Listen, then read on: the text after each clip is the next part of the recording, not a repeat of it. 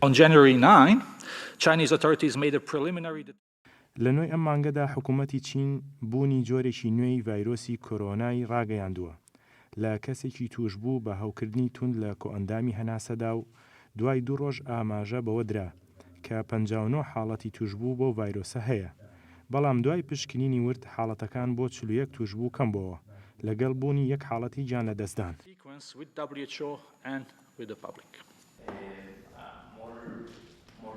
Epidemiologic investigations are underway. لە کۆڵینەوە لە پەتا ڤایرۆسەکە بەردەوام و ئێمە چاوەڕێی دەرەنجامی پشکنینەکان دەکەین کە بێ گومان هۆکاری بڵاوبوونی نەخۆشەکە گواستنەوەتی لە کەسێک و بە کەسێکی تر.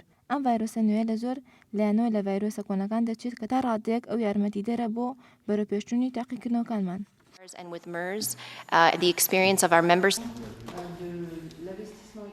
There are some هەندێک دەرمانی پزیشکی دژە ڤایرۆسەکان بۆ چارەسەری ئەم نەخۆشیە لەبەرچاو گیراوە و ئەم دژە ڤایرۆسانە کە بۆ چارەسەری نەخۆشەکانی تر بەکاردێنرێت دەتوانرێت گۆڕانکاری تێدا بکرێت و بۆ چارەسەری نەخۆشانی توێژوو بە ڤایرۆسی کۆرۆنا، بەڵام لێکۆڵینەوە و تاقیکردنەوەکان بۆ دۆزینەوەی چارەسەری ڤایرۆسەکە و بەهێزکردنی بەرگری لەشی توشبووان بەردەوامە. MERS coronavirus that can be applicable here.